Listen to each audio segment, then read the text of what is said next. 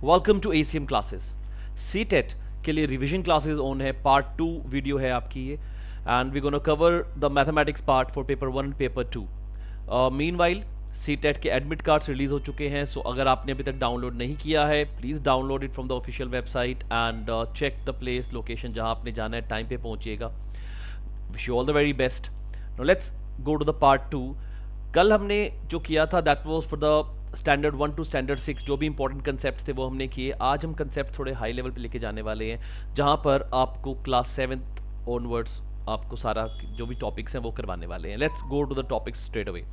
In class 7 the chapter 1 which you have about numbers, on page number 8 you have been given with the Indian system and American system of writing the numbers. Now American system को international system भी कहा जाता है, and इसके ऊपर आपके पास exams में question भी आया हुआ है in the past years, so it's important to understand.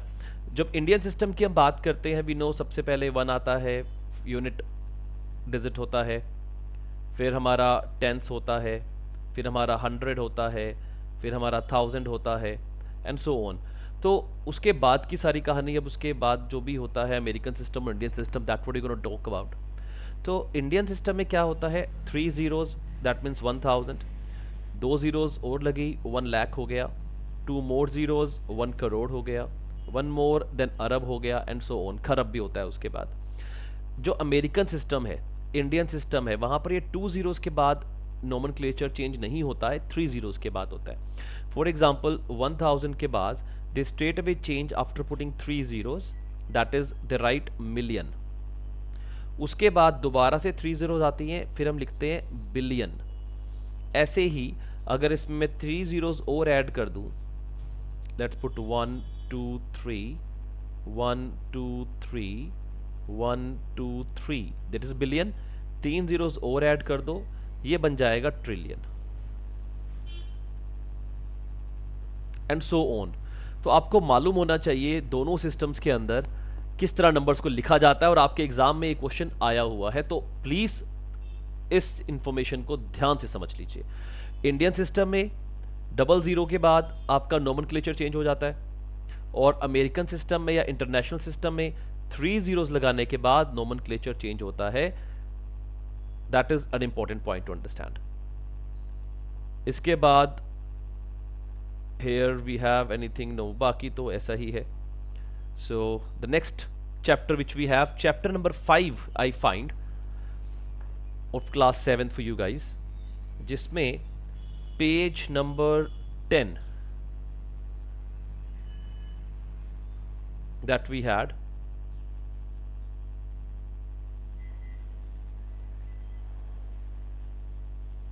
तो chapter number 5 page number 10 that we're going to do parallel and intersecting lines. Very very important concepts for you guys, आपके exam में हर बार question आया हुआ है। तो let's see this concept, page number 10 I have noted something for you guys. Transversal, ये concept तो I think सबको पता है, हर एक एग्जाम में हर बार ये कंसेप्ट आया ही हुआ है, तो इसको हम अच्छी तरह करेंगे। Now what is the transversal? Transversal जो दो लाइंस को इंटरसेक्ट करती है, एक लाइन है आपकी L, एक लाइन है M, and this line which is intersecting both these lines is a transversal। आपके एग्जाम में जो क्वेश्चंस आते हैं वो पैरेलल लाइंस के ऊपर ट्रांसवर्सल है, तो उसके प्रॉपर्टीज के बारे में अभी बात हम करेंगे। तो ट्रांसवर्सल की डेफिनेशन आपके पास यहां पर है। अब कॉरेस्पॉन्डिंग एंगल्स कौन से होते हैं? नाउ अगर हम बात करें द कॉरेस्पॉन्डिंग एंगल्स, अब यहां पर ये दो आपकी पैरेलल लाइंस हैं, line L and line M, they both are parallels and this line is a transversal, तो इसको उन्होंने नाम दे दिया T। अब ये जो एंगल्स हैं आपके, जो दोनों ही एक ही तरफ बन रहे हैं और लाइन के ऊपर बन रहे हैं, लाइन L के ऊपर right hand side, line M के ऊपर राइट हैंड साइड, ये दोनों एंगल कॉरेस्पॉन्डिंग एंगल्स होते हैं। और आपकी जो प्रॉपर्टी है वो ये कहती है कि कॉरेस्पॉन्डिंग एंगल्स हमेशा इक्वल होते हैं, कॉरेस्पॉन्डिंग एंगल्स हमेशा इक्वल होंगे अगर आपकी L और M पैरेलल है। अगर आपको गिवन है कि L और M पैरेलल है and then there is a transversal T, then these angles are corresponding angles. और कौन से कॉरेस्पॉन्डिंग एंगल्स होंगे? आपका इस साइड पे ये वाला एंगल, और ये वाला एंगल, ये भी कॉरस्पॉन्डिंग एंगल है। मतलब सेम साइड सेम डायरेक्शन। आपको अगर हम बात करें ये वाला साइड एंड दिस एंगल, ये भी कॉरस्पॉन्डिंग है। ये वाला एंगल और ये वाला एंगल, ये भी कॉरस्पॉन्डिंग एंगल्स हैं। ठीक है, कॉरस्पॉन्डिंग एंगल्स के बाद the next thing they have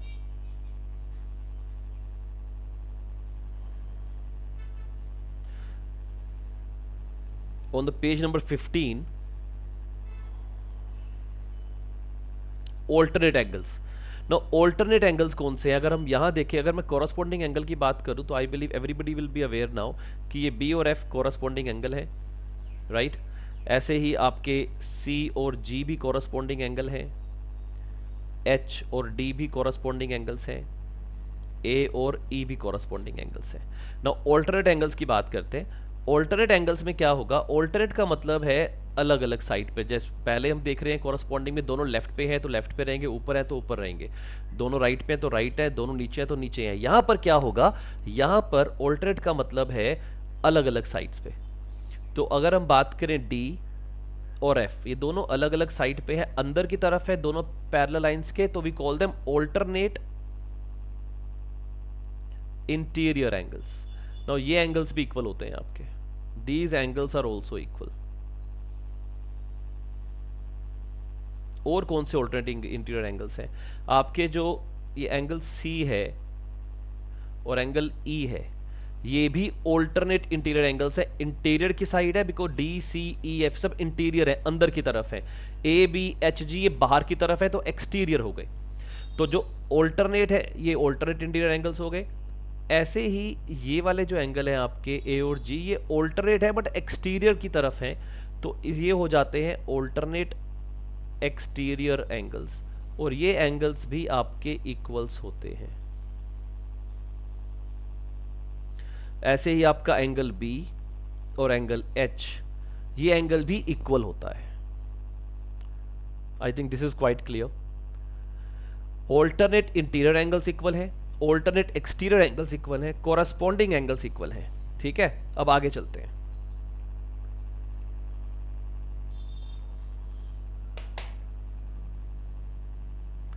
अब आपको एक क्वेश्चन दिया हुआ है फॉर एग्जांपल, थोड़ा सा अगर हम इसको डिटेल में करना चाहें।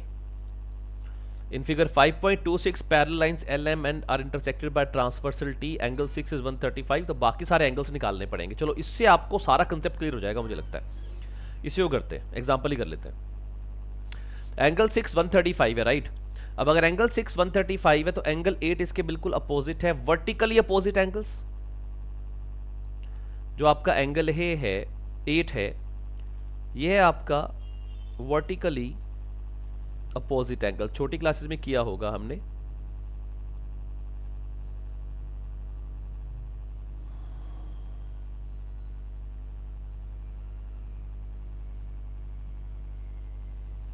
एंगल 8 आपका हो गया vertically opposite angles, right? Now angle 8 vertically opposite angles है, और वर्टिकली अपोजिट एंगल्स भी क्या होते हैं? ये भी हमेशा इक्वल होते हैं। तो एंगल 8 हमारा हो गया 135 डिग्री, दिस इज ऑल्सो 135। अब एंगल 6 के साथ आपका एंगल 4 जो है ये ऑल्टरनेट इंटीरियर एंगल है।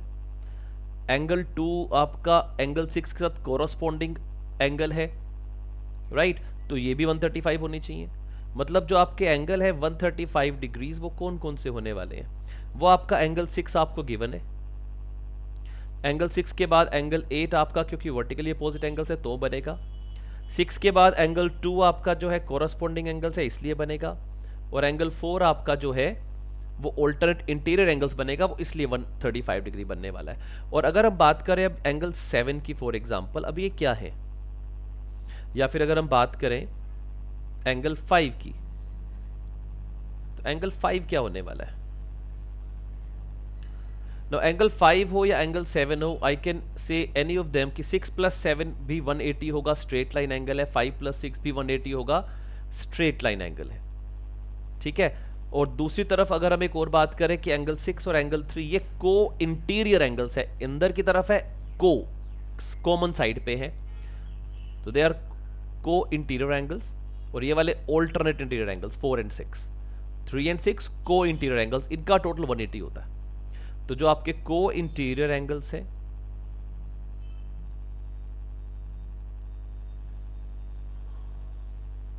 दे आर इन टोटल 180 डिग्री, या स्ट्रेट लाइन एंगल भी बोल सकते हैं जो साथ में है इसके,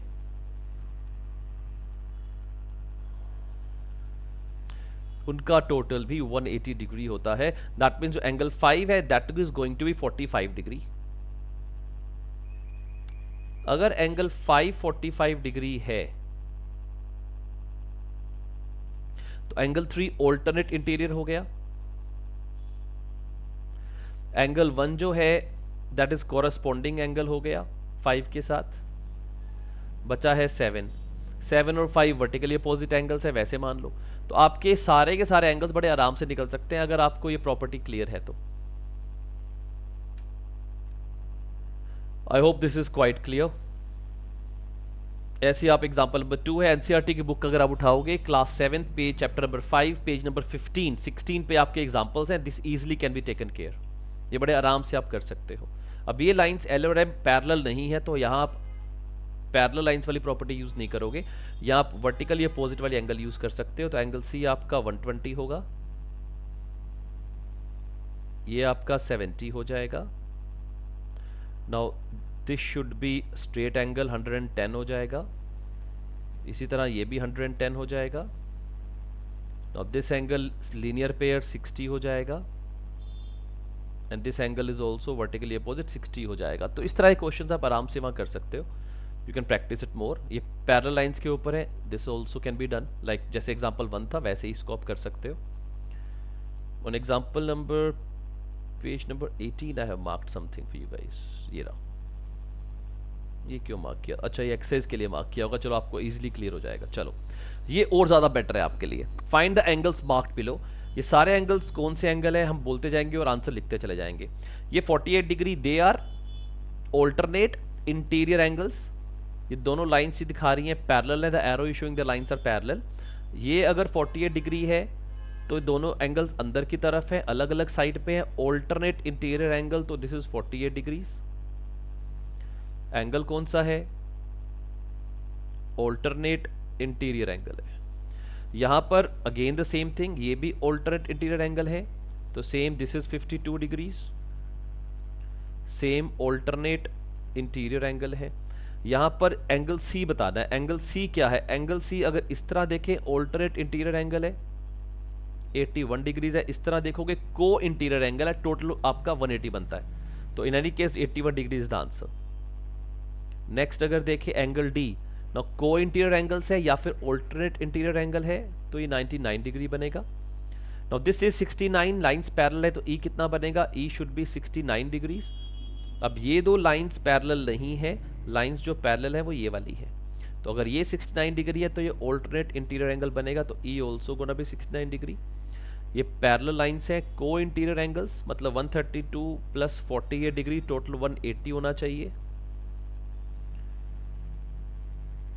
ऐसे ही यहाँ पर आपके पास सारे एंगल गिवन है, ये पैरेलल है। जी एंगल अगर आप नोटिस करो कोरस्पॉन्डिंग एंगल्स बनाओ सीधा सीधा 122 डिग्री आंसर हो जाएगा आपका। यहाँ पर एच बताना है। Now these lines are parallel, ये अगर 75 है तो H has to be 75 degree, alternate interior angles है। यहाँ पर आपका टोटल आपको पता है 180 है, this is 70, this is sorry 54, this is 56, this is 70, पूरा आपका 180 बन रहा है। अब ये दो लाइंस आपकी पैरेलल नजर आ रही हैं आपको और ये इसके बीच में है एक ट्रांसवर्सल, बाकी सब भूल जाओ। तो ये एंगल क्या होगा?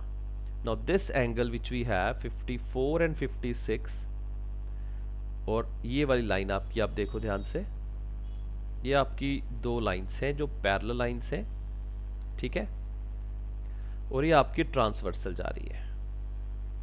Now this is the transversal, तो आपका ये वाला जो एंगल है इंटीरियर साइड पे है और ये वाला एंगल है इंटीरियर साइड पे है, तो ये दोनों एंगल आपके इक्वल होंगे, मतलब आई की वैल्यू होनी चाहिए 54 डिग्रीज। अब ये कहो 70 110 है, नहीं है क्योंकि ये वाला एंगल आपको पता नहीं है अभी, you have to find it out. तो दिस इज 54 तो दिस इज ऑल्सो 54, ये आपको समझ आना चाहिए। आई थिंक ये काफ़ी कुछ क्लियर हो चुका होगा इससे। ऐसे ये तीन लाइंस पैरेलल है, ये आपका ट्रांसवर्सल है, this also can be taken care quite easily. अब अगर ये तीन लाइंस आपकी पैरेलल हैं, ये कंसेप्ट बहुत इंपॉर्टेंट है, आपके एग्जाम में हर बार आया हुआ है, प्लीज ध्यान रखिएगा। Now these lines are parallel. अगर मैं पहले इस वाली लाइन की बात कर लूँ, इस ट्रांसवर्सल के अकॉर्डिंग हम फाइंड करें कि जे की वैल्यू क्या हो सकती है। इस ट्रांसवर्सल में अगर मैं देखूं, this is 97, this is alternate interior angle 97 and they are corresponding angles. या फिर मैं इस लाइन को इग्नोर कर दूं, समझो ये दो लाइंस हैं, दिस इज 97, दिस इज 97, तो जे की वैल्यू यहाँ पर 97 डिग्रीज हो जाएगी। सो दिस एक्सरसाइज अगर आप कर लो, मतलब पूरी एक्सरसाइज कर लो, मैं तो कहता हूँ चैप्टर नंबर 5 है, क्लास 7 एनसीईआरटी बुक 1, ये चैप्टर आप कर लो, आपका एक भी क्वेश्चन गलत नहीं होने वाला। जितनी भी प्रैक्टिस आप इसको कर सकते हो, ठीक है। आगे चलते हैं, अब समरी कर लेते हैं इस चैप्टर की। समरी कहती है when two lines intersect they form 4 angles.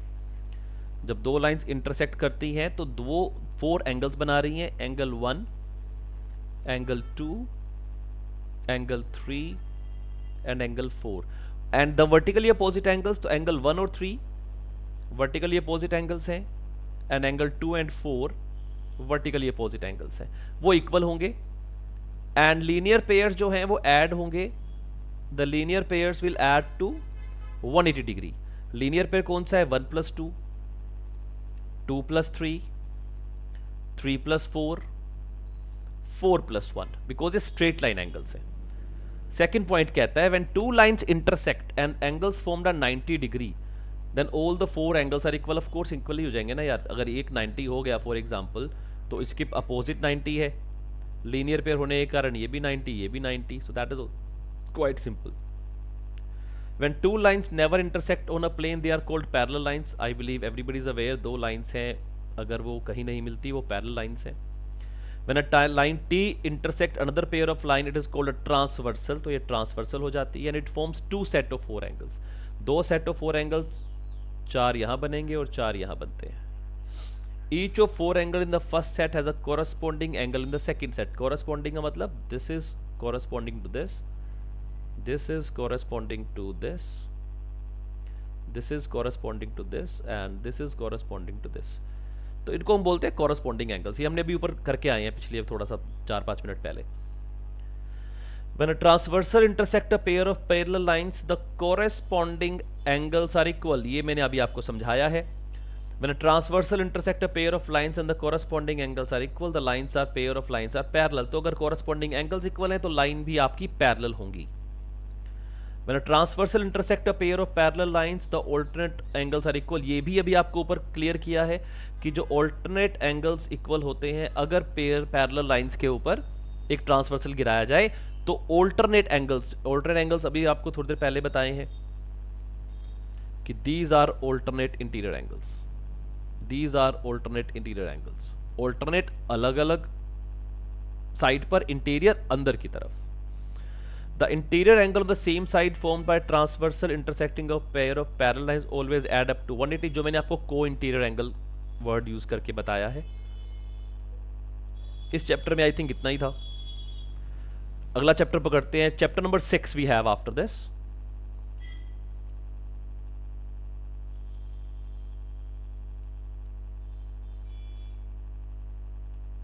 Chapter number 6. There I have on page number 17 something for you guys.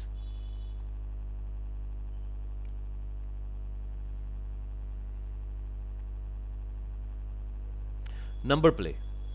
Page number 17. What is there? Let's check. I noted it for you guys because exam. Okay. Important one. इसको crypto coins की बात नहीं कर रहा हूँ। We are talking about digits in disguise. ये हम पिछली वीडियो में हमने किए थे Fibonacci numbers.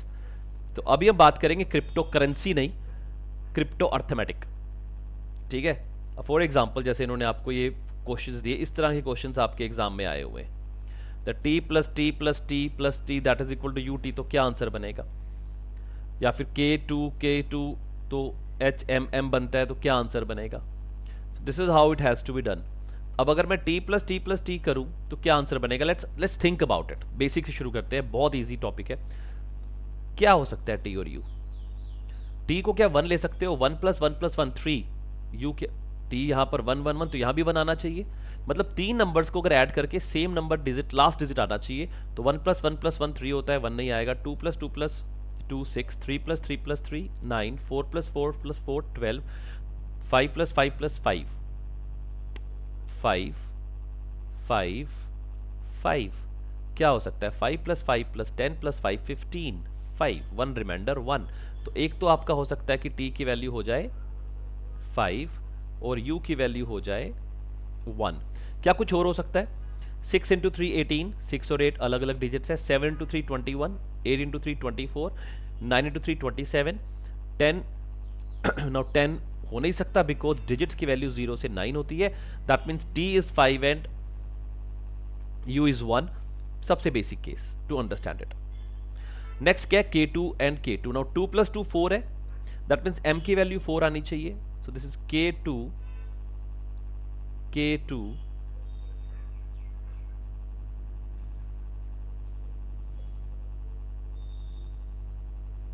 let me just change the sign. Okay, now K2 and K2 बनता है आपका HMM। मतलब 2 + 2 कितना होगा? बीच में प्लस का साइन है, तो 2 + 2 4 होना चाहिए। मतलब m की वैल्यू यहां से आपकी 4 आ गई, तो I can replace it with 4। So this is also 4, this is also 4। Now 2 + 2 4। No K + K 4 कब आएगा? अब 2 तो मैंने लिख दिया, दोबारा उस नंबर को मैं K को 2 नहीं ले सकता, प्लीज अंडरस्टैंड दैट, क्योंकि 2 वैसे भी एक अल्फाबेट एक डिजिट के लिए यूनिक होता है, तो याद नहीं करना है, हर बार अलग बन सकता है। तो दोबारा 4 कब बनेगा? जब मैं 7 + 7 14 करूंगा। 7 + 7 जब मैं 14 करूंगा, लास्ट में 4 आ जाएगा। तो और किसी नंबर के बाद 2 × 2 4 होता है, 7 × 2 14 होता है। तो लास्ट में अगर मैं K को अब मैं ले लूं 7,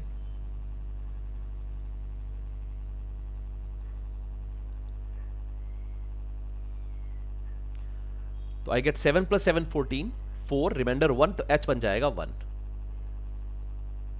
तो this is the topic, the numbers in disguise we call it.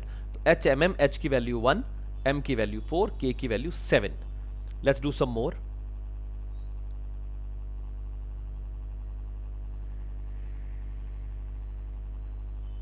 अब जैसे ये बना हुआ है, देखो y + z क्या बनेगा? नीचे 0 आया हुआ है, हाउ इट विल बी 0? या ये O है?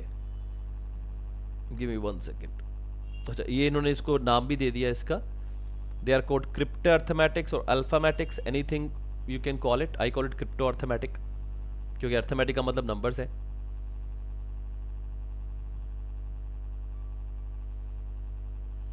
So let's do the next question.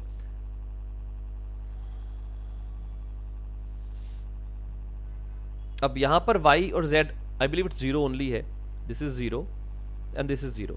अब दो नंबर्स को ऐड कर कर आएगा 0, और यहां पर मुझे ये भी मालूम है कि यहां पर भी एक सेम नंबर आने वाला है। थोड़ा सा अगर आप दिमाग लगाएं, y + z क्या हो सकता है?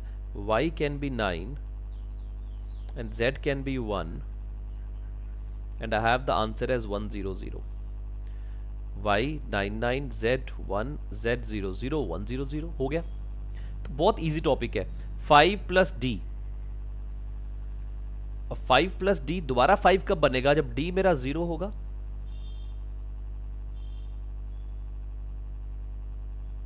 तो 5 में 0 जब ऐड करेंगे, मेरे पास नीचे 5 आ जाएगा।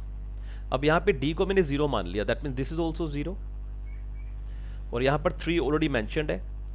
अब 5 + 0 5 हो गया, तो यहां आना चाहिए 7, मतलब b की वैल्यू मेरी 7 हो गई। 7 + 3 10, 0 1 रिमाइंडर, नो 1, e का मतलब 1 हो गया। So that is the how we can do it. 75 + 30 105, b मेरा 7 कोरस्पॉन्ड कर रहा है, d मेरा 0 है, e मेरा 1 हो गया। Let's go the next one. KP + KP PRR। Now KP + KP PRR, now how it can be. अब देखो, एक छोटी सोचने की बात है, यहां अगर मैं 9 + 9 18 का 8 लगा दूं फॉर एग्जांपल, तो ये 1 आगे जा सकता है। K मतलब मैक्सिमम वैल्यू भी ले लूं, अगर मैं if I take K as the maximum value, मैं इसको ले लूं, तो यहां पर ये मेरा 1 के ऊपर नहीं जाएगा। 9 + 9 18, यहां से चलो रिमाइंडर भी ले लिया मैंने, 1 तो 19, मतलब P 1 ही होगा, दैट्स फॉर 100% गारंटीड है, राइट। सोचने वाली बात है, 2 डिजिट प्लस 2 डिजिट हमेशा 3 डिजिट नंबर आएगा और 200 से कम होगा, है ना। सो दैट मीन्स ये P मेरा 1 है, सो मेरी वैल्यू होनी चाहिए 1 1 1। अब 1 प्लस 1 2 होता है, मतलब R मेरा 2 हो गया, तो यहाँ पर 2 आना चाहिए। अब मुझे यहाँ पर 12 लेना है, तो मतलब ये आएगा 6 and 6, तो मतलब मेरा P का वैल्यू 1, मेरा K का वैल्यू 6 और R का वैल्यू 2 हो गया। आई थिंक टॉपिक क्लियर हो रहा होगा, बहुत सारी इसमें आपको प्रैक्टिस की जरूरत होती है कई बार। Let's go for the next one, C1C। अब 1 को ऐड किया C में और F आ गया। अब यहाँ पे देखो 2 डिजिट को 1 डिजिट में ऐड करना पड़ रहा है, and I am taking the next level जा रहा है मेरे पास आंसर, ठीक है। तो अगर मैं 2 डिजिट नंबर और 1 डिजिट नंबर को ऐड करूँ तो मेरा आंसर 110 के पीछे नीचे नीचे रहेगा, मानते हो। लेट्स से C9 ले लिया, 91 प्लस 9 कितना हो जाएगा, कितना हो जाएगा, 100 हो जाएगा, है ना। सो अगर मैं अब, क्योंकि 1 है ना यहाँ पे, तो दैट मीन C मेरा हो गया 9 1 and 9, तो मेरा आंसर हो गया 1 0 0, मतलब F की वैल्यू 0 है और C की वैल्यू 9 है। इसको बोलते हैं क्रिप्टार्थमेटिक्स और क्रिप्टार्थम्स और alphametics. I hope this is also quite clear. आपके एग्जाम में ये भी क्वेश्चन हर बार आया हुआ है, तो मैं वही वाले क्वेश्चंस कर रहा हूं जो हमारे एग्जाम में आए हुए हैं, प्लीज ध्यान रखिएगा। तो आई थिंक ये टॉपिक आप अपना इसको प्रैक्टिस कर लीजिएगा, this is very very important. उसके बाद नेक्स्ट चैप्टर आपका था चैप्टर नंबर 7, जहां से मुझे नेक्स्ट क्वेश्चन मिले आपके, जो हमने पास्ट ईयर क्वेश्चन पेपर्स किए हैं। उसके अंदर लास्ट ईयर के अगर हम क्वेश्चंस की बात करें, चैप्टर 7 में page number 24, a tale of 3 intersecting lines. Chapter number 7 and page number 24 पे I have marked something, okay. I think types of triangles के बारे में बताना चाह रहा हूँ मैं शायद, यस, क्योंकि कंस्ट्रक्शन का तो कुछ लेना देना है नहीं। चलो जी, इसको करते हैं। नाउ यहाँ पर इन्होंने बताया हुआ है आपको types of triangles, page number 25 note 24। तो अगर हम बात करें टाइप्स ऑफ ट्राइंगल्स की, इसके ऊपर भी एग्जाम में क्वेश्चन है आपके पास। नाउ टाइप्स ऑफ ट्राइंगल में अगर हम बात करें on the basis of sides, sides में एक होती है आपकी इक्वल ट्राइंगल, एक होती है आइसोलेस, एक होती है स्केलीन, है ना। और एंगल्स में होती है एक्यूट, ऑब्ट्यूज और राइट एंगल ट्राइंगल। तो ये हमारी इक्वल ट्राइंगल है जहां सारी की सारी sides equal, and this is the isosceles triangle जहां 2 साइड्स इक्वल। स्केलीन में तीनों में से कोई भी साइड इक्वल नहीं होती है। फिर हम बात करते हैं right angle triangle, acute angles यानी शुरू हो गई अब आपकी। तो राइट एंगल ट्राइंगल और एक्यूट एंगल और ऑब्ट्यूज एंगल कहाँ है, लेट्स अंडरस्टैंड दैट। यहाँ पर ऐसे चलो बना के दिखा देते हैं।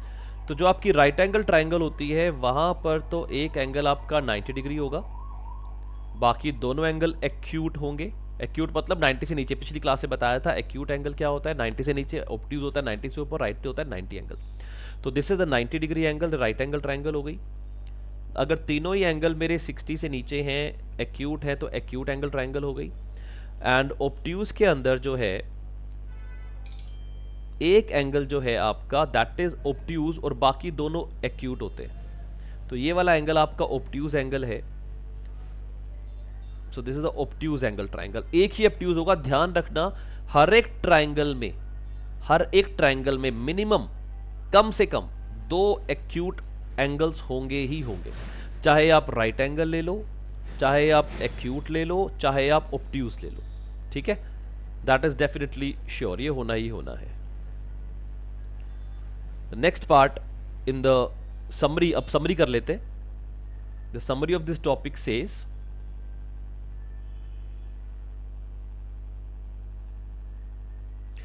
यूज ऑफ कंपास एक्सेट्रा छोड़ दो। A set of 3 lines with the length of each is more than some other side sets of triangle.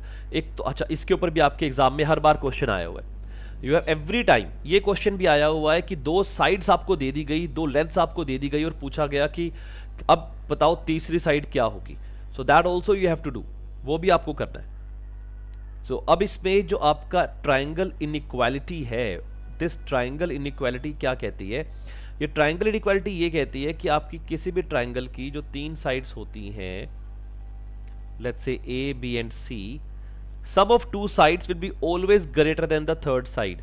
तो आप A plus B मान लो, that should be greater than C. आप B plus C ले लो, वो भी greater than A होगा.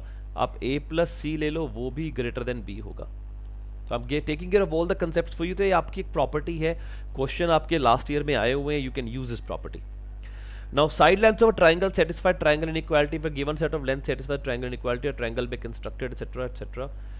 अच्छा, अब ट्राइंगल बना कैसे सकते हो? अगर आपको दो साइड्स पता हो और उसके बीच का एंगल पता है तब भी आप बना सकते हो. अगर आपको दो एंगल्स पता है और उसके बीच की साइड पता है तब भी आप ट्राइंगल फॉर्म कर सकते हो. सब of angles of a triangle हमेशा 180 डिग्री होता है. The sum of the angles of triangle is always 180 degrees. Altitude क्या होता है? Altitude is 90 degree a perpendicular from a vertex to the other side. For example if I try to show it to you, let's say this is a triangle. तो इस vertex से अगर यहां पर एक परपेंडिकुलर गिराया जाए, now this we call altitude. इसको बोलते हैं एल्टीट्यूड. इक्वल ट्राइंगल की साइड सेम होती है, मालूम है हमें. आइसोलेस ट्राइंगल की दो साइड इक्वल होते हैं, ये हमने अभी ऊपर किया. स्केलिन ट्राइंगल की कोई भी साइड इक्वल आपस में नहीं होती है. ट्राइंगल्स को क्लासिफाई किया जाता है उनके एंगल्स के बेस पे, एक्यूट, राइट और ऑब्ट्यूज. ये अभी मैंने आपको बताया, right, acute and obtuse.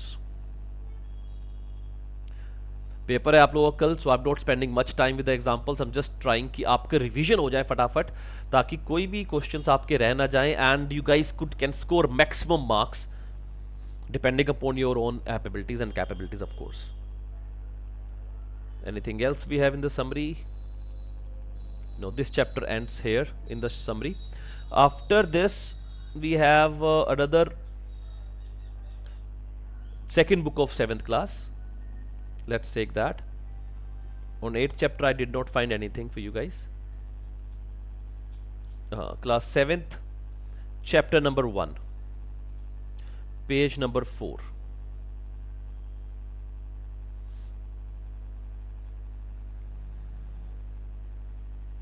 Geometric twins, congruency, that means इसके ऊपर क्वेश्चन भी हर बार एक बार क्वेश्चन आया हुआ है. तो कॉन्ग्रुएंसी की बात करते हैं. कॉन्ग्रुएंस ऑफ ट्राइंगल्स बेसिकली क्या होती है? नाउ कॉन्ग्रुएंसी ऑफ ट्राइंगल्स में सीक्वेंस बड़ा इंपॉर्टेंट है, ध्यान रखना. Sequence is very very important. Congruency का मतलब है बिल्कुल similar, mirror image kind of, ये कह सकते हो आप.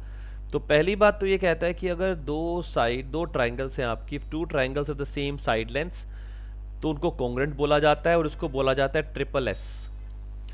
एग्जाम्पल कैसे होगा? एग्जाम्पल आपका ये रहा. अब इसमें अगर मुझे ट्राइंगल बनानी हो तो मैं क्या बनाऊंगा? ए बी सी ले लेता हूं. So triangle, let's just okay.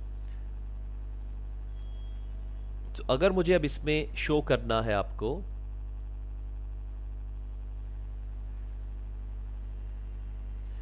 कि कॉन्ग्रुएंसी में रूल्स होते हैं, राइट? वो कौन कौन से रूल्स है जो हमें पता होना चाहिए, वो आप करने वाले हैं. और साथ में आपको शो करने वाला हूं सीक्वेंस.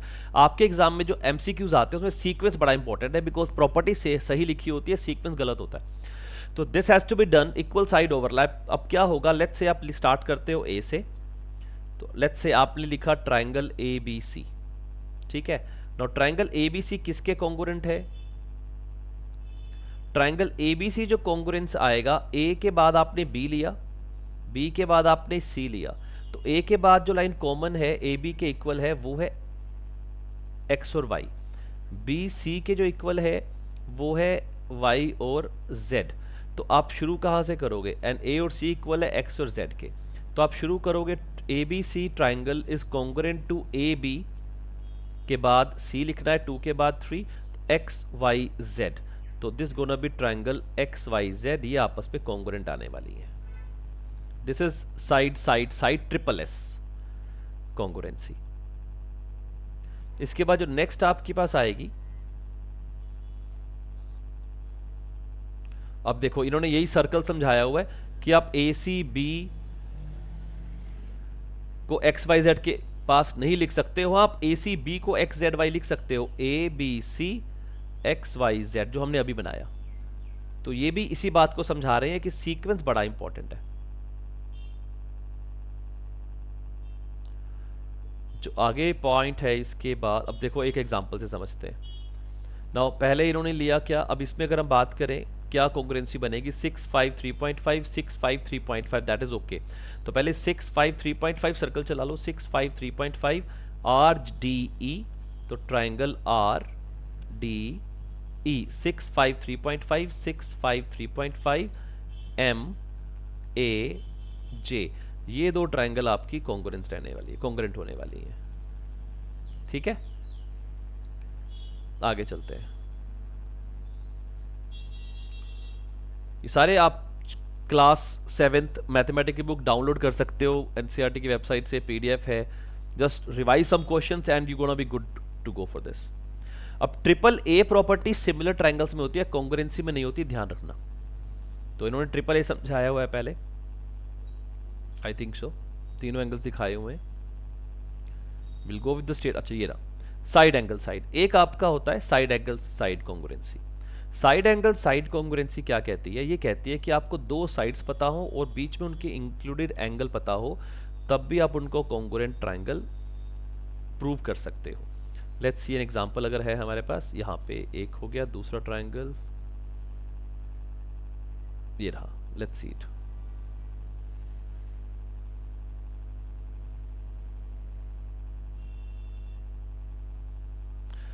अब यहाँ पे अगर मैं नोटिस करूं, ये एंगल इंक्लूड नहीं है, 34 और 6 के बीच में एंगल ये वाला होना चाहिए था 30 डिग्रीज, और यहाँ पर भी ये वाला एंगल अगर मुझे 30 दिया होता तो मैं कहता कॉन्ग्रुएंट था। इसको मैं कॉन्ग्रुएंसी नहीं कह सकता, आई कांट से दिस अभी, तो आई विल नॉट से because this is SSA condition, तो ये गारंटी नहीं देती कॉन्ग्रुएंस को, क्योंकि ये साइड साइड एंगल है। ठीक है, तो आई विल नॉट से दिस इज कॉन्ग्रुएंट वन, ये कॉन्ग्रुएंट नहीं है, ध्यान रखना। It's an important alarm for you guys कि SSA साइड साइड एंगल कोई कंडीशन नहीं है, जो कंडीशन है आपकी वो साइड एंगल साइड है। आई थिंक ऊपर मिस हो गया, लेट्स सी अगर मैं आपको फिगर दिखा पाऊं।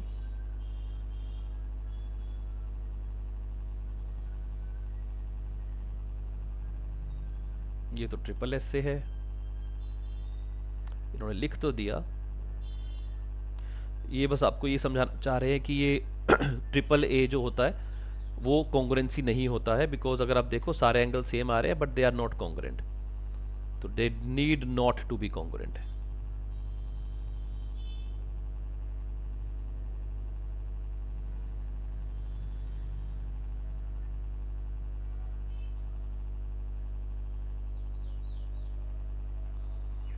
आगे चलते हैं, आगे कहीं ना कहीं एग्जाम्पल आ जाएगा, नहीं तो जहां मैंने आपको ये समझाया तो आप इसको ही मान सकते हो कि मान लो ये 30 है, ये नहीं गिवन था और ये भी गिवन नहीं था आपको, एंड दिस इज 30, तो मैं कह सकता था कि RQP SQP ये आपके कॉन्ग्रुएंट ट्रायंगल्स होते हैं, then I could see it, फिर मैं कह सकता था इसको। आगे चलते हैं। अब एक आपकी और प्रॉपर्टी आ गई which is angle side angle, दो एंगल्स और उनके बीच की साइड, जो उनके इंक्लूडेड जिस साइड के ऊपर दोनों एंगल्स हैं, वो एक कॉन्ग्रुएंसी का रूल होता है। Let's understand this. जैसे अच्छा ये आपका साइड एंगल साइड वाला भी आ गया जो हम पहले बात कर रहे थे, वो तो एंगल ASA है ना, SAS।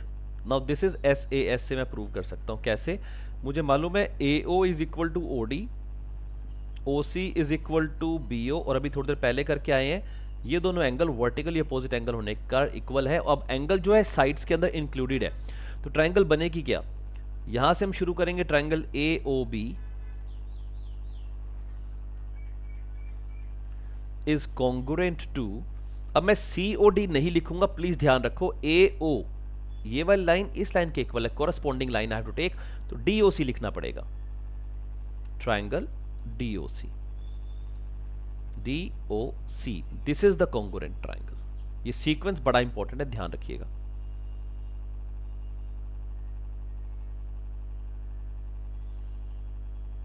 एक और आपको एग्जांपल मिल गया, ABC, A का साइड मालूम है, BC का साइड मालूम है, उनके बीच का एंगल इंक्लूडेड एंगल पता है, X और Z 7 मालूम है, Y और Z 5 मालूम है, और उनके बीच का एंगल 47 डिग्रीज ये भी पता है आपको। तो अब ये ABC XZY बनेगा, ये ध्यान रखने वाली बात है।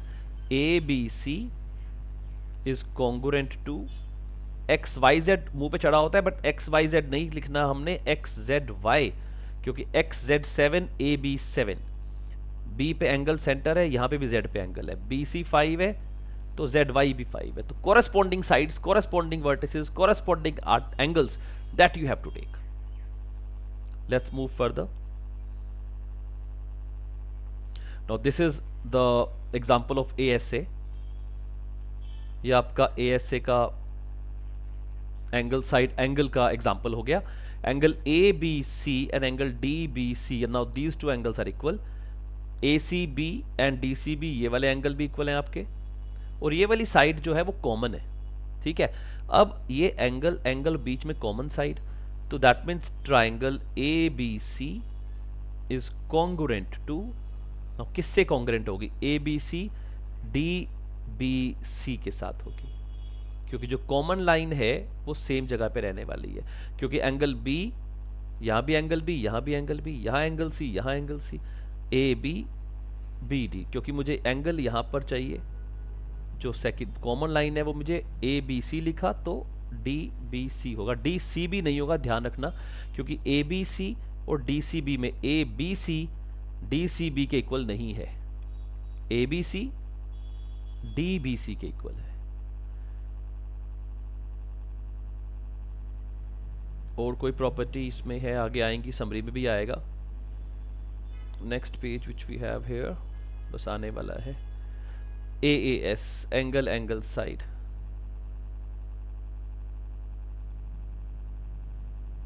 This AAS condition guarantees congruence. SSA नहीं देती, ध्यान रखना। अब ये क्यों देती है इसको भी समझ लेंगे अगर ऊपर आएगा इन फिगर 1.2, फिगर 1.2 ये रहा। अब ये हमने फिगर छोड़ा था शायद, हाँ छोड़ दिया था। अब ये कहता है ये वाली भी, तो अब ये तो बनती है, कैसे है जी कॉन्ग्रुएंस? साइड तो मेजर बीच में कॉमन है ही नहीं, साइड कॉमन नहीं है मान लिया, लेकिन अगर मैं ये एंगल निकालना चाहूँ, क्या मैं एंगल निकाल नहीं सकता? टोटल तीनों का 180 होता है, तो दिस इज 75 प्लस 35 110, तो ये 70 हो गया और ये भी 70 हो गया, है ना। तो अब मेरे को B और C एंगल पता है, ये दोनों सेम है, बीच वाली साइड भी इनकी सेम है, तो मेरा जो प्रॉपर्टी बनेगी वो बनेगी AS से बन जाती है, राइट। तो अगर AS से है तो AAS ऑटोमेटिकली है, एंगल साइड जो मर्जी ले लो। तो AAS वैलिड है, लेकिन SSA वैलिड नहीं है कॉन्ग्रुएंसी में, ये ध्यान रखना, दिस इज नॉट वैलिड, ठीक है। ये कैच है छोटा सा, आपके लिए बड़ा इंपॉर्टेंट है। आगे चलते हैं।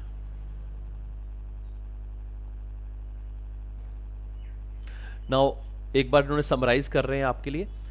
Condition they are sufficient to guarantee congruence, SSS, SAS, ASA, AAS, RHS शायद हमने स्किप किया।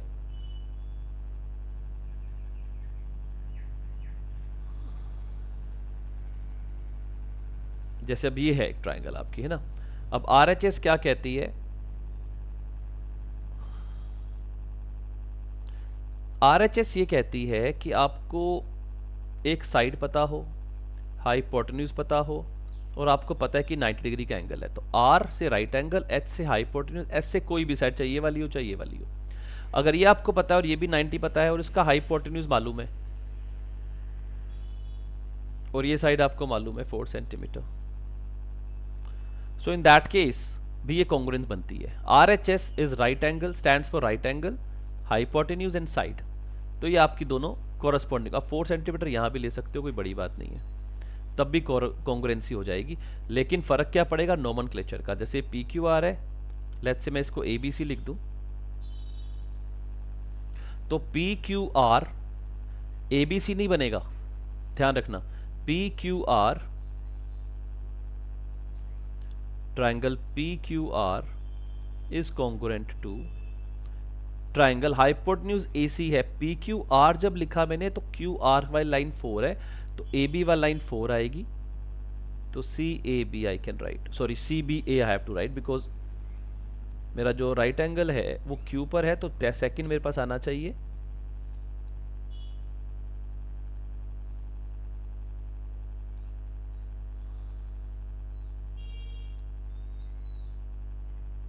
जैसे क्यू पे राइट एंगल है वैसे ही बी पे राइट एंगल है, तो सेकंड नंबर पे बी आएगा, फिर आएगा ए। पी क्यू की लेंथ नहीं पता, सी बी की लेंथ नहीं पता, क्यू आर मेरे को मालूम है 4 है, बी ए मेरे को मालूम है 4 है, तो मेरा नाम जो है नोमेनक्लेचर है वो चेंज हो जाता है, सीक्वेंस चेंज हो जाता है। That is what exactly is important to understand. I hope आपको क्लियर हो रहा होगा and it gonna help you out a lot, because आपके एग्जाम में इसके ऊपर डेफिनेटली क्वेश्चन हर बार आया हुआ है, तो इस बार भी गारंटेड आएगा ही आएगा। आगे चलते हैं। तो वी वर सेइंग कि गारंटी कंडीशंस हो गई, angles of isosceles and equal triangle. अब आइसोलेस ट्राइंगल जो होती है उसके जो एंगल्स होते हैं, क्योंकि दो साइड्स इक्वल है तो opposite angles because of this, because आपकी प्रॉपर्टी कहती है angles opposite to equal sides, इस लाइन के अपोजिट ये वाला एंगल, इस लाइन के अपोजिट ये वाला angle, they gonna be equal. Equal triangle क्या होती है, सारे के सारे एंगल इक्वल। तो अगर मुझे ये मेजर करना हो टोटल 180 है तो बाकी बचा 100, तो ये हो गया 50 और ये भी हो गया 50।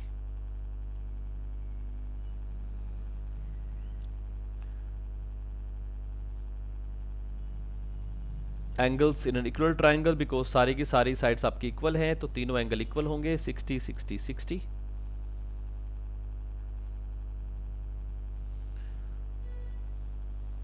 So this was the end, I believe. Page number 22 also I have something here. Page number 22. I believe summary होगी, एक बार सारी समराइज होगा इस चैप्टर का, वो देख लेते हैं।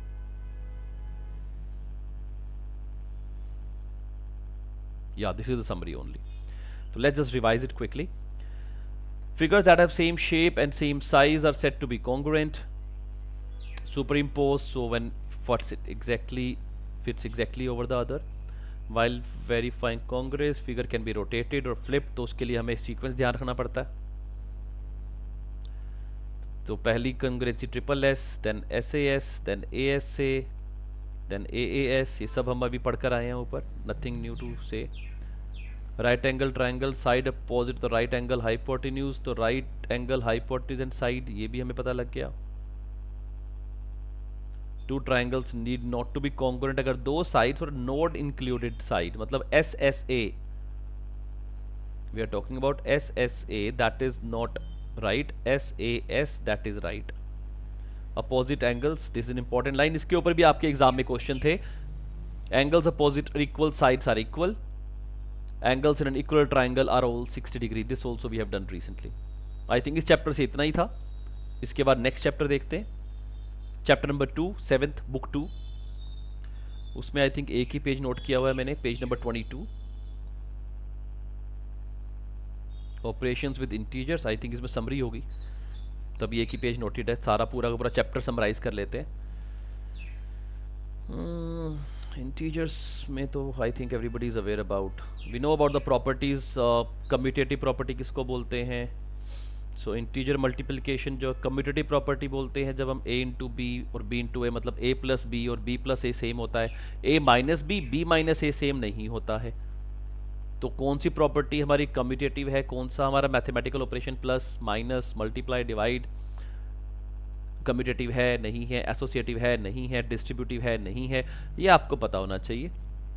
सो अगर हम इसको थोड़ा सा डिटेल में हल्का सा करें, ताकि आप, इसीलिए मैंने रखा होगा शायद इसको, ताकि आपको तीनों प्रॉपर्टीज़ पता हो, क्योंकि आपके एग्जाम में जो थियोरेटिकल क्वेश्चन है वो इसके ऊपर भी था कि जो आपकी कम्यूटेटिव प्रॉपर्टी है, मल्टीप्लिकेशन में चलो हो गया, तो क्या a plus B equal to B plus A होता है, ये भी ठीक है। क्या a minus B equal to B minus A होता है, नहीं होता है, बिकॉज साइन चेंज हो जाएगा। सो यहाँ पर आपकी कम्यूटेटिव सब्ट्रैक्शन में नहीं चलती, क्या डिवाइड में चलती है, a divide b is also not equal to b divide a, यहाँ भी नहीं चलती, because 2/1 is not equal to 1/2, वो इसके इक्वल नहीं होता। ऐसे ही जो सेकंड प्रॉपर्टी है, that is associative property. Associative property में क्या कहते हैं, a into B into C is equal to a into B into C.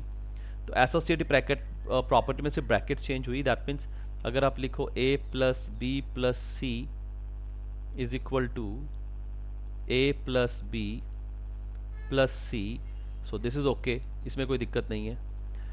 Multiply में भी कोई दिक्कत नहीं है। अगर आप बात करो माइनस की, तो a माइनस बी माइनस सी, क्या ये इक्वल होगी a माइनस बी माइनस सी के? ना, इसमें अगर आप नोटिस करो a माइनस बी प्लस सी बनता है, इसमें a माइनस बी माइनस सी बनता है, क्योंकि माइनस के बाद साइन चेंज हो जाता है। तो एसोसिएटिव नेगेटिव वाली भी नहीं है, सब्ट्रैक्शन भी नहीं है। ऐसे अगर आप डिवाइड की बात करो, a divide b divide c, क्या ये इक्वल होती है a divide b divide c के इक्वल होती है? This you can go, for example if you take 2 divide 10 divide 5, this is 10 divide 5, 2 divide 2 is equal to 1। और अगर आप यहाँ देखो 2 divide 10 divide 5, this is 1 by 10 divide by 5, मतलब 1 by 5, so this is 1 by 25। तो यहाँ पर भी नहीं होती है। तो आपकी जो सब्ट्रैक्शन है, डिवीजन है, ना तो वो कम्यूटेटिव है ना ही वो एसोसिएटिव है, ये ध्यान रखने वाली बात है। और जो आपका डिस्ट्रीब्यूटिव है, जो a into B plus C या a into B plus a into C है,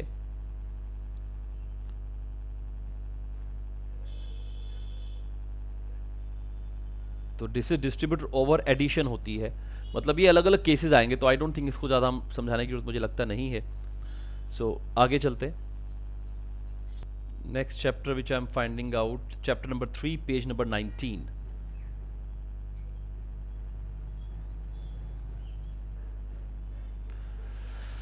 देखो बहुत मेहनत की हुई है, एक एक पेजेस को आपके लिए एनसीईआरटी के अंदर से फाइंड किया है कि कहाँ से क्वेश्चंस आ रहे हैं आप लोगों के लिए। So I hope you gonna appreciate it and gonna definitely recommend it to your friends and known ones also. So last minute revision है, so we did not want any to leave any corner untouched, तो इसलिए I tried that everything should be covered. Now chapter number 3, page number 19, finding common groups. So I think it was about LCM HCF.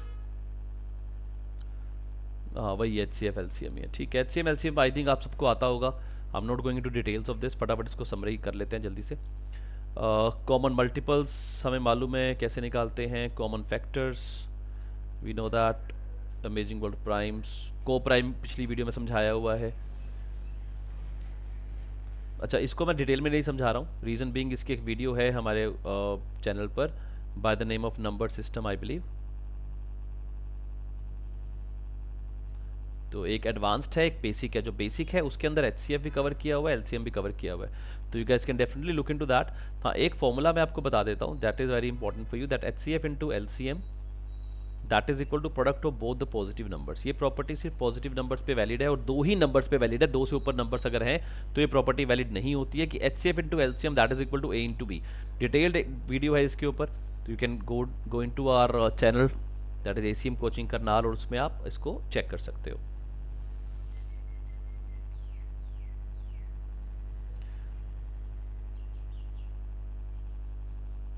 The highest common factor is the highest among all the common factors of a group of numbers. Every common factor is contained in the prime factorization के अंदर होता है, yes. To find the HCF क्या करना होता है, minimum number of occurrence of each prime across the prime factorization of all the integers. एक छोटा सा एग्जाम्पल करके बता देता हूँ। Let's say 6 and 12 को ले लेते हैं। तो 6 को I can write 2 raised to power 1 into 3 raised to power 1, and let's take 24 को I can write 2 raise to power 3 into 3 raise to power 1। तो जो इसमें HCF होगा 2 जो कॉमन आपके फैक्टर्स हैं 2 इंटू 3, और मिनिमम पावर 1 एंड 3 में से कम 1 है, 1 एंड 1 है। और अगर मैं बात करूं LCM के लिए आप सारे फैक्टर्स लोगे चाहे कॉमन है या नहीं है, और आप लोगे मैक्सिमम पावर। तो 1 और 3 में मैक्सिमम पावर 3 है, 1 और 1 में मैक्सिमम पावर 3 की 1 है। तो HCF हो जाएगा 2 इंटू 3 दैट इज 6, LCM हो जाएगा 2 into 2 into 2 8 into 3 24। I think quite easy example which I have taken for you guys. इसके अलावा जो है यू हैव द फ्रैक्शंस का भी प्राइम नंबर होता HCF LCM होता है, उसको भी एक बार देख लो।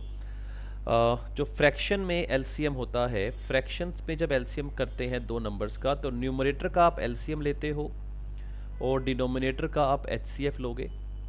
अभी एग्जांपल भी करते हैं। और HCF जब एक फ्रैक्शन का निकालते हैं तो न्यूमरेटर का आप HCF लोगे और डिनोमिनेटर का आप लोगे LCM। Important one, for example let's say 1/2 and 3/5।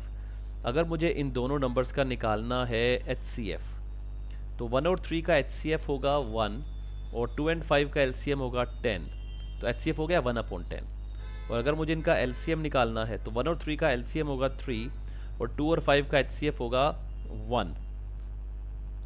So LCM आएगा 3/1 और HCF आएगा 1/10। This is for a fraction when we find out HCF and LCM। This is important to understand. I think इस chapter में मैं ज़्यादा नहीं कुछ समझाने वाला, टाइम नहीं है हमारे पास, कल ही हमारा एग्जाम है, दूसरी वीडियो बनी हुई है, so please you guys can refer to that is absolutely okay. The next chapter I am gonna pick up chapter number 4, the 3 more chapters I am gonna take in this video and then will make the another video after this, part 3 बनाएंगे उसके बाद। आई will try कि आज ही दोनों videos आपको public कर दी जाएँ। सो chapter number 4,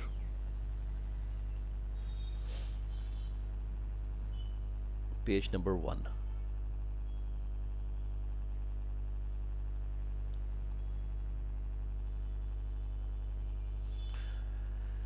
quick recap of decimals. Yes, decimals के ऊपर क्वेश्चंस आपके एग्जाम में आए हुए हैं, इसको मैंने मार्क किया था इसके लिए, राइट। देखो वैसे तो आप सबको मालूम ही है डेसिमल्स को कैसे लिखते हैं, but still just revising it. 3/10 का जो मतलब है दैट इज 0.3। जब ये पॉइंट डेसिमल जो है हम कब लगाते हैं, जैसे 4 लिखा है हमने, अगर नीचे 2 बार जीरोज है तो मुझे यहाँ से 2 डिजिट्स के पहले 0 लगाना पड़ेगा, तो 1 2 and this is what I have a decimal है। अगर 3 है तो right the numerator and 3 zeros 1 2 3 and then write a dot and then again here 0. 457/100, so write 457. Now this is 1 and 1 2 zeros, so put a decimal after 4. 71/100, put a decimal 1 2. 43/100, put a decimal of 1 2. 9/100, so you have to put a decimal after 2 digits, तो this is what the answer going to be. तो ये इस तरह के questions आपके exam में board मास को लेकर आए हुए हैं, तो अगर आपको फ्रैक्शन फटाफट कन्वर्ट करना आता है you can easily do it, तब बहुत इजी है आप लोगों के लिए। इसके बाद इसमें पेज नंबर जो नेक्स्ट मैंने मार्क किया था आप लोगों के लिए, दैट वाज पेज नंबर 6, क्योंकि this is very quite basic thing. ये आप देखना चाहो खोल लेना, चैप्टर नंबर 4 है 7th की सेकेंड बुक का। पेज नंबर 1 के बाद next page number 6 I had for you.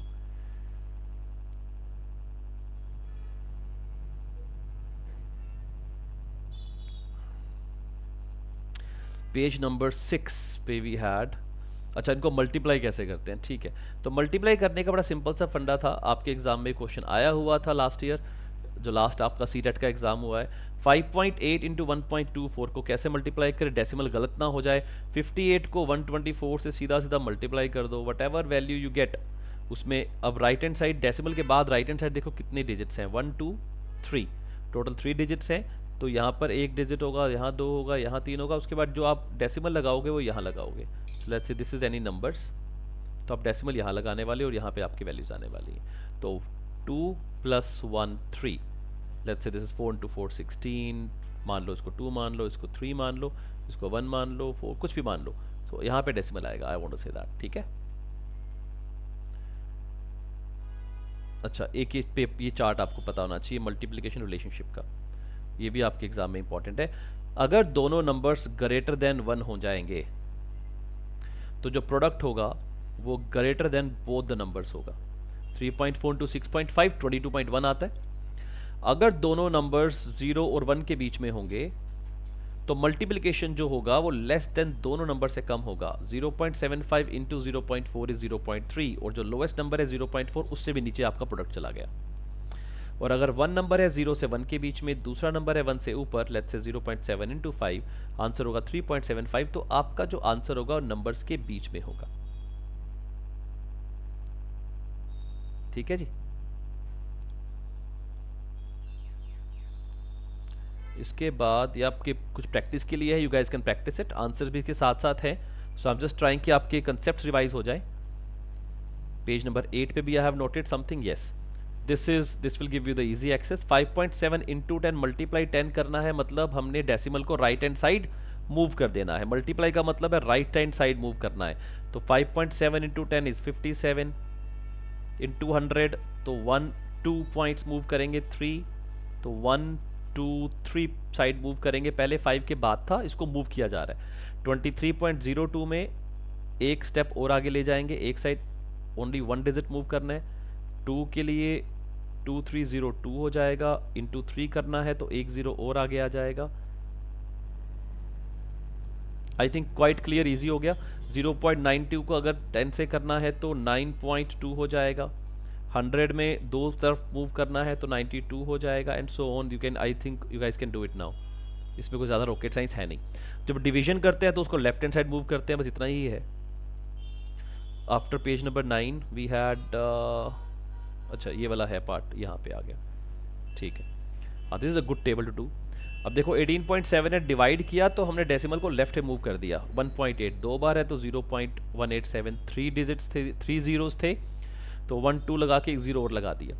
4 zeros हैं तो इसके बाद 2 जीरोस लगा के कर दिया। तो 21.1 को अगर मुझे डिवाइड करना है 10 से, आई गेट 2.11।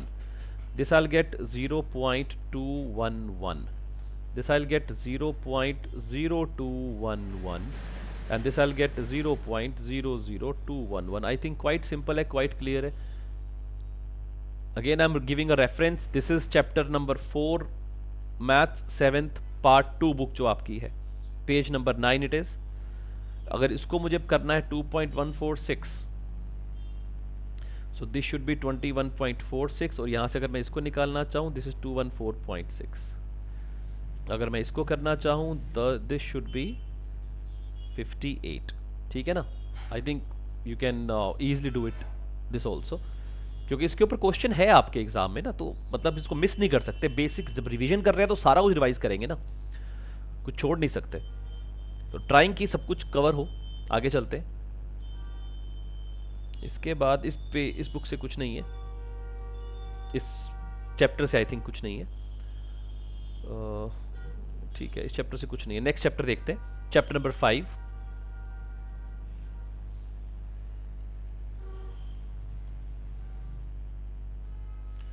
चैप्टर नंबर 5 से बिगिनिंग में कुछ है और फिर एंड में समरी होगी I think. Page number 3, chapter number 5, page number 3। What do we have here, let's C.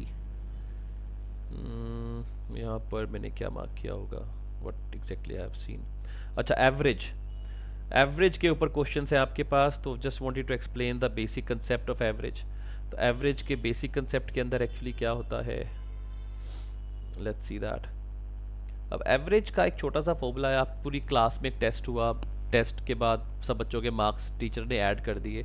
Add करने के बाद प्रिंसिपल सर पूछते हैं कि पूरी क्लास की एवरेज क्या है, तो टीचर क्या करेगा, सारे बच्चों के नंबर्स को ऐड करेगा, divide by number of students कर देगा, एवरेज निकल आएगा।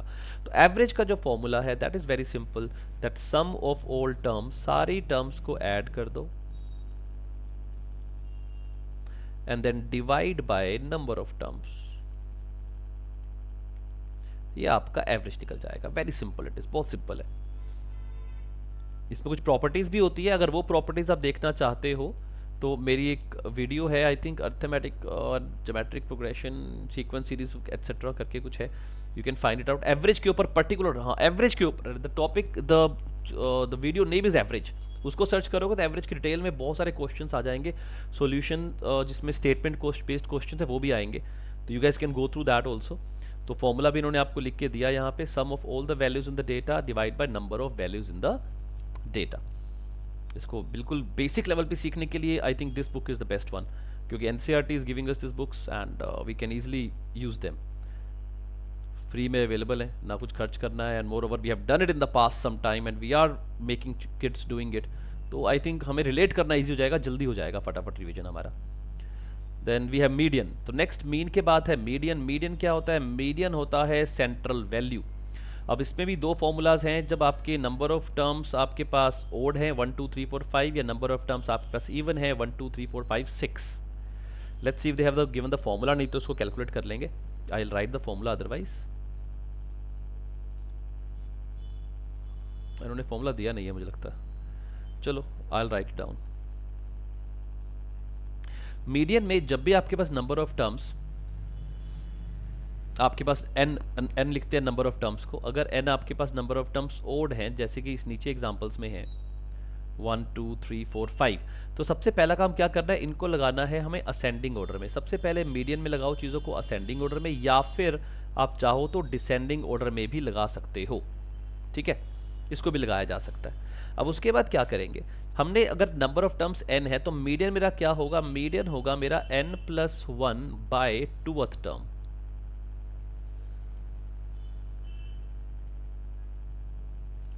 अगर इसकी हम बात करें इस क्वेश्चंस की, तो नंबर मेरे सारे असेंडिंग में है, n हो गया 5, 5 + 1 6, 6/2 थर्ड टर्म कौन सी है, 171 is the median. Simple. Next चलते हैं। अब एक फॉर्मूला होता है जब आपके नंबर ऑफ टर्म्स इवन है, जैसे यहाँ पर है 1 2 3 4 5 6 सब असेंडिंग में लगा हुआ है ऑलरेडी। इसका फॉर्मूला होता है n/2th term plus next term, दोनों को ऐड करो एंड डिवाइड कर दो 2 से। वीडियो बहुत लंबी बनती जा रही है, so I am just gonna finish it as soon as possible. I don't want कि हम लोग ज़्यादा एक वीडियो में बहुत ज़्यादा लंबी वीडियो बनाएं उसको, because it's all about covering the basics फटाफट।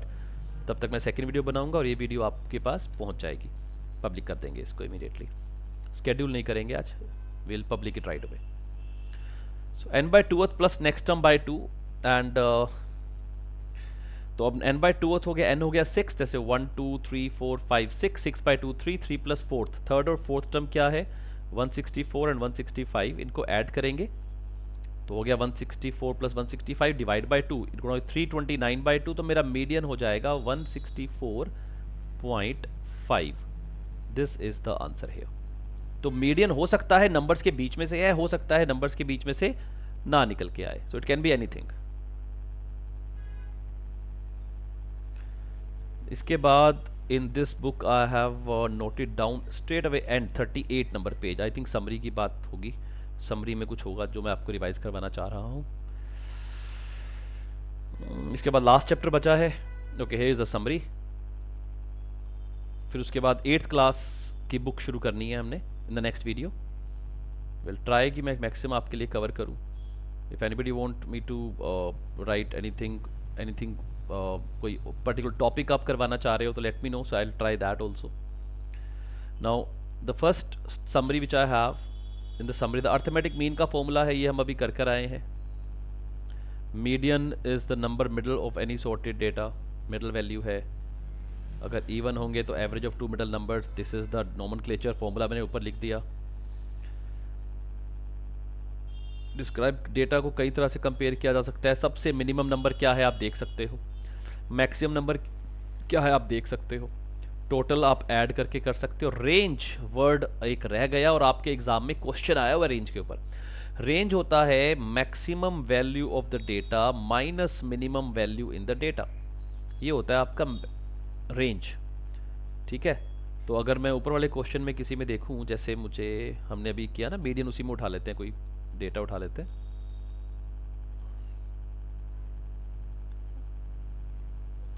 पेज नंबर 10 पे था क्वेश्चन, ठीक है। लेट्स से अगर मुझे मीडियन निकालना है,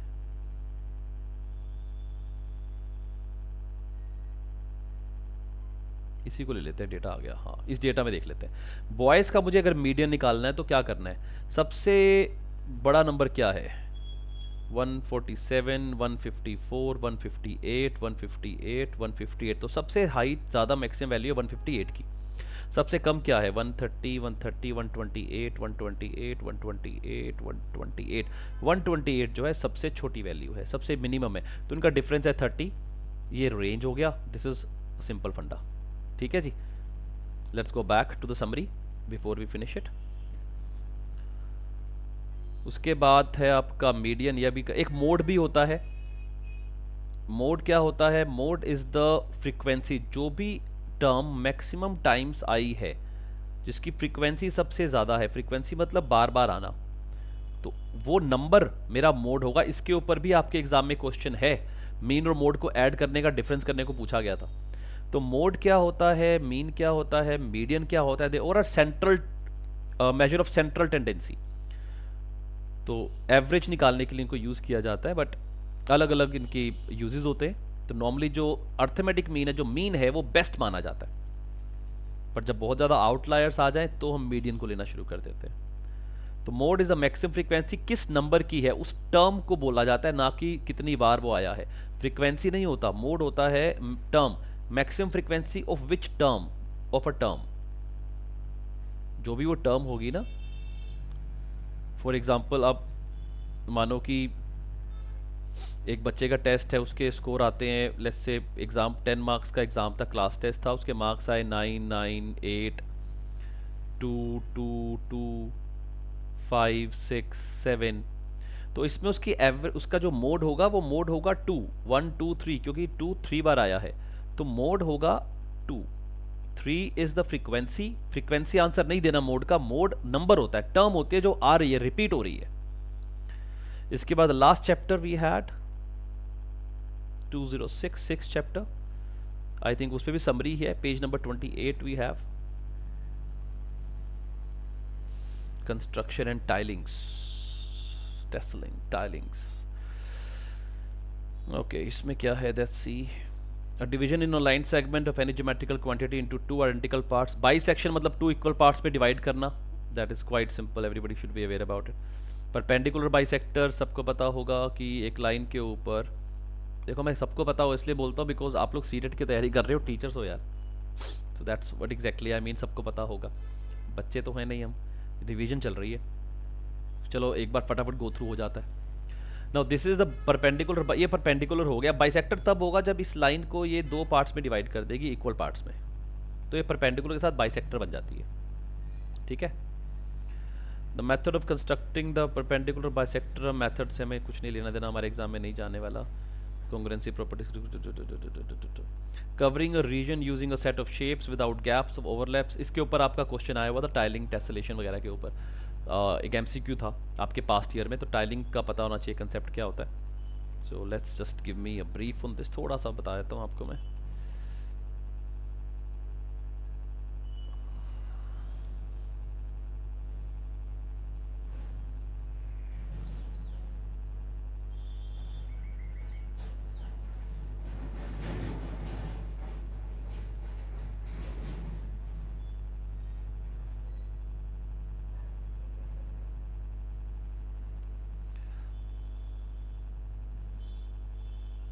this is the chapter number 6, class 7, book 2। Construction के बाद कहीं था, आप लोग देख लीजिएगा अब नोट, बिकॉज टाइलिंग के ऊपर बेसिकली कोई क्वेश्चन सिर्फ एक MCQ था, तो उसके बहुत ज़्यादा समझाने की मुझे नहीं लगता ज़रूरत है, पता होना चाहिए बस नॉर्मली की टाइलिंग होती क्या है। Let me see on this page it is.